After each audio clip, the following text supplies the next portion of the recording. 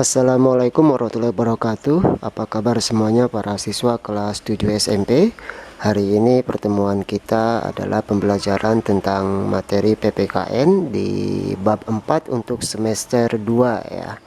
Jadi untuk semester genap ini kita mulai dari bab 4, yaitu tentang keberagaman suku, agama, ras, dan antar golongan dalam bingkai Bhinneka Tunggal Ika. Nah, tujuan pembelajarannya, setelah pembelajaran ini diharapkan para siswa memiliki keterampilan bernegara. Kemudian yang kedua, siswa memahami konsep keberagaman. Dan yang ketiga, siswa mampu mengidentifikasi faktor-faktor penyebab keberagaman masyarakat Indonesia. Nah, diharapkan para siswa semuanya nanti setelah menyimak video pembelajaran ini bisa mencapai ketiga tujuan kita. Nah, sekarang kita mulai dari pertanyaan ya. Apa itu keberagaman? Nah, tentu para siswa sudah pernah mendengarkan apa itu keberagaman ya. Nah, untuk memahaminya coba kita perhatikan gambar berikut ini. Di sini ada 1 2 3 4 5 6 siswa atau 6 orang yang tampil dalam gambar ini ya. Nah, di sini kita bisa lihat apakah semua pakaiannya sama? Beda. Dari sebelah kiri ada yang berwarna hitam, ada yang berwarna pink, ada yang warna hijau, kemudian coklat, putih, garis-garis. Pokoknya di sini semuanya tidak ada yang sama pakaiannya.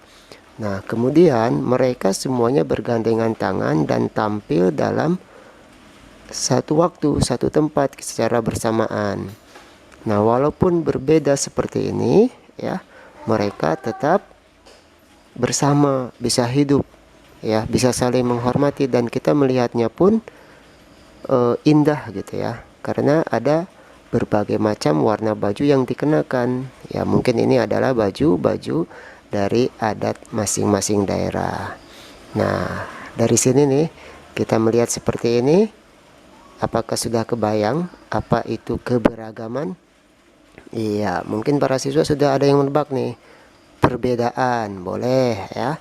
Jadi karena perbedaan ini maka bisa dibilang keberagaman. Jadi kalau begitu adalah keberagaman itu suatu kondisi dalam masyarakat yang terdapat banyak perbedaan dalam berbagai bidang. Kalau kita lihat di gambar tadi, itu adalah perbedaannya dari segi pakaian yang dikenakan ya. Dalam keluarga pun adanya perbedaan antara kakak, adik, itu pasti ada perbedaan. Bisa dari hobi makan, kemudian kebiasaan yang dilakukan, kemudian hobi minumannya apa gitu ya, hobi perjalanannya apa, itu semuanya berbeda. Nah, itu adalah keberagaman. Itu skala kecil di keluarga ya. Kemudian di antar desa pun banyak keberagaman yang dimiliki. Lebih luas lagi suku, ada suku Melayu, ada suku Sunda, Jawa, dan sebagainya. Bahasanya pun beragam, berbeda ya. Nah, itu adalah keberagaman. Jadi kita mesti memahami bahwasanya konsep keberagaman itu, kondisi di masyarakat kita itu nggak sama, pasti banyak perbedaan di berbagai bidang ya, termasuk bidang keahlian. Misalkan si A keahliannya tentang menggambar, si B keahliannya dalam bidang olahraga. Nah, semuanya itu kita mesti bisa untuk memahaminya dan menghargainya, dan diharapkan ya kita bisa memiliki sikap toleran terhadap keberagaman masyarakat yang ada di sekitar kita, lebih luas lagi di bangsa Indonesia. Nah, ketika kita sudah memiliki perilaku menghargai perbedaan, memiliki sikap toleran terhadap keberagaman teman-teman kita, maka disitulah muncul keterampilan bernegara. Nah, setelah kita memahami bahwasanya di masyarakat kita ini, di negara kita ini banyak perbedaan, beragam sekali adat budaya, beragam sekali bahasa. Nah, diharapkan dengan seperti itu kalian bisa memiliki keterampilan bernegara. Apa itu keterampilan bernegara? Ya, salah satunya adalah kalian memiliki sikap perilaku yang menghargai perbedaan tersebut, yang memiliki toleransi terhadap keberagaman. Jadi tidak mengejek perbedaan orang lain, tidak memaksakan kehendak kita harus sesuai sama gitu ya, nggak bisa. Nah, disitulah kita punya keterampilan bernegara. Nah, kenapa sih sebenarnya ada banyak perbedaan gitu, ada banyak ragam suku, agama, ras, dan golongan di negara kita? Tentu ada banyak faktor penyebab ya. Ada banyak faktor penyebab keberagaman masyarakat Indonesia. Secara umum, faktor penyebab keberagaman masyarakat di negara kita, yaitu negara Indonesia ini, ada 5. Yang pertama adalah letak strategis wilayah Indonesia. Letak geografi Indonesia dalam peta dunia ya, kita bisa perhatikan, kita bisa lihat letak Indonesia yang strategis, yaitu di antara 2 samudra Pasifik dan samudra Indonesia, serta terletak di antara 2 benua Asia dan Australia, yang mengakibatkan wilayah kita menjadi jalur perdagangan internasional. Lalu lintas perdagangan tidak hanya membawa komunitas dagang, namun juga pengaruh kebudayaan mereka terhadap budaya Indonesia. Kedatangan bangsa asing berbeda ras kemudian menetap di Indonesia mengakibatkan kemajemukan ras, agama, dan bahasa.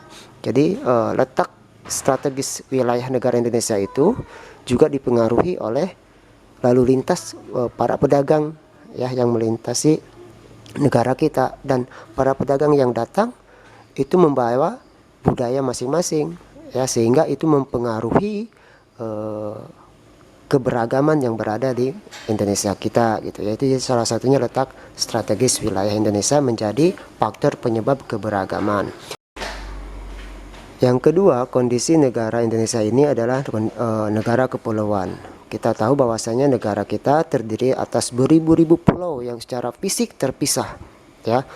Kita anggap pulau-pulau yang besar, Sumatera, Jawa, Kalimantan, Sulawesi, Papua, itu terletaknya berjauhan gitu ya, secara fisik itu berbeda-beda. Nah, setiap masyarakat di kepulauan tentu mengembangkan budaya masing-masing sesuai dengan tingkat kemajuan dan lingkungannya. Nah, ini juga mempengaruhi perbedaan suku, bangsa, bahasa, budaya, serta peran serta dari kaum laki-laki dan perempuan di suatu pulau ya. Jadi kondisi negara kepulauan ini juga menjadi faktor penyebab keberagaman. Nah, yang ketiga, perbedaan kondisi alam.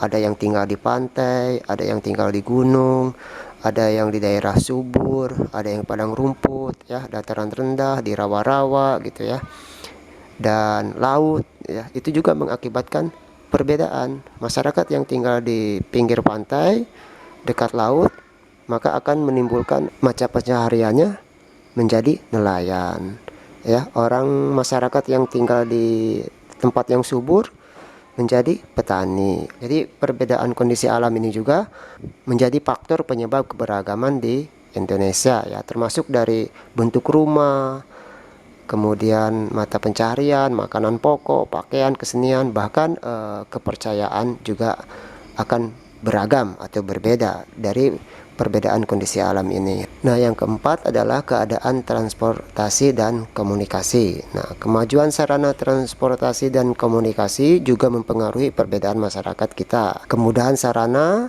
membawa masyarakat mudah berhubungan dengan masyarakat yang lain, meskipun jarak dan kondisi alam yang sulit. Sebaliknya, sarana yang terbatas juga menjadi penyebab keberagaman masyarakat Indonesia. Kemudian yang terakhir, yang kelima, yaitu penerimaan masyarakat terhadap perubahan. Masyarakat yang menerima perubahan dengan yang tidak menjadi faktor penyebab keberagaman.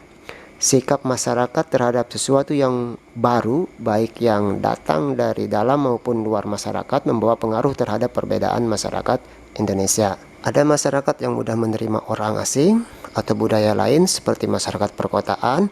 Namun ada juga sebagian masyarakat tetap bertahan pada budayanya sendiri. Nah, ini juga menjadi faktor penyebab keberagaman. Misal kalau di perkotaan, karena masyarakatnya majemuk, berasal dari berbagai daerah, akan lebih membaur gitu ya. Berbeda dengan masyarakat yang khusus di satu daerah saja, tidak ada masyarakat pendatang, ini juga menjadi faktor penyebab keberagaman ya. Nah, itulah 5 faktor penyebab keberagaman yang ada di Indonesia. Nah, sekarang sebagai tugas ya, setelah mempelajari faktor penyebab keberagaman masyarakat Indonesia, tugasnya adalah coba seluruh siswa amati keberagaman masyarakat di sekitar kalian.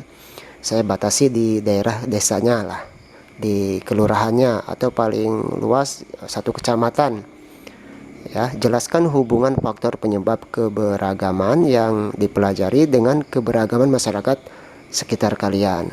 Apa yang menyebabkan keberagaman masyarakat tersebut? Tuliskan hasil pengamatan dan telah kalian dalam tabel yang ada di samping ya, tabel 4.1. Kalau yang punya buku paketnya itu ada di halaman 86. Dituliskan di faktor penyebab, apa penyebabnya, kemudian keberagaman yang terjadinya apa gitu ya. Misalkan penyebabnya ada pendatang dari luar, maka akibat yang ditimbulkan keberagaman yang terjadi itu apa ya. Kemudian faktor penyebabnya misalkan yang kedua, tidak ada masyarakat pendatang, maka keberagaman yang terjadi seperti apa. Nah, dituliskan sampai 5 saja faktor penyebabnya, kemudian keberagaman yang terjadinya juga cukup 5 saja.